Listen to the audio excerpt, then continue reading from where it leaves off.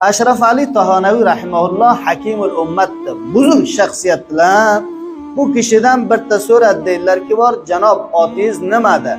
Javob berdilarki, Ashraf Ali namoziman men. Ashraf Ali namozi. Aytdilarki, sohib bunday taxallusni bizda eshitganimiz yo'qki. Abdurazzoq boy namozi, Xoliqdod boy namozi, Ashraf Ali namozi. Bu hazrat aytdilarki, bir kishi bir dafa Xudoy pokning farzini hajda anjom berganlik jihatdan Hoji Abdurazzoq, Hoji Xoliqdod, Hoji Mahmud bo'lsa, to'l umrim Xudoning farzini namozda o'qiyman. Nima uchun meni otim Ashraf Ali namozi bo'lmasin, Hoji Ashraf Ali bo'lsin dedilar. Hadaf buki hakim edilar.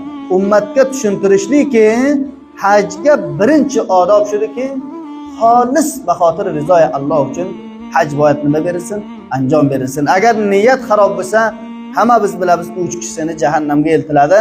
Birtasi olimiddin.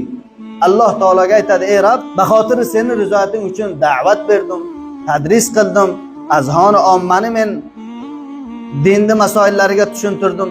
O'zingni rizoyating uchun." Alloh aytadi: "Kadabda, yolg'on aytasan. Uzumini kashallab jahannamga tayla. Niyating xarob edi."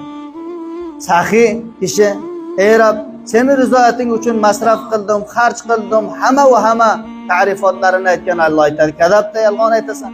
Shuhrat uchun edi, yilt jahannamga tayla." Va u kishi uchinchisi mujohid Allohga aytadiki: "Ey Rob, va xotiri seni rizoyating uchun jihad qildim.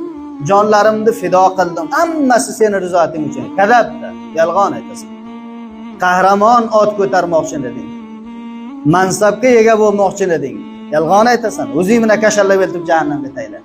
Xulosa hadafim shudiki, rizoyi Alloh uchun boyat haj anjom berilsin. Shuhrat uchun, riyo uchun, bu narsalar uchun bo'lmasin. Buruz Xudoy noxosta bizlarda hojilarimizga bu qaziya ruh bermasinki, korta da'vatiga, korta arusisiga faloni boy deb bitilsa, hoji faloni deb bitilmasa, ustiga qarnalsa va achchiqnalsa, ma'lum bo'ladiki, Alloh uchun emasdi. Riyo uchun, shuhrat uchun, sum'at uchun, mana shu narsalar uchun bo'ladi.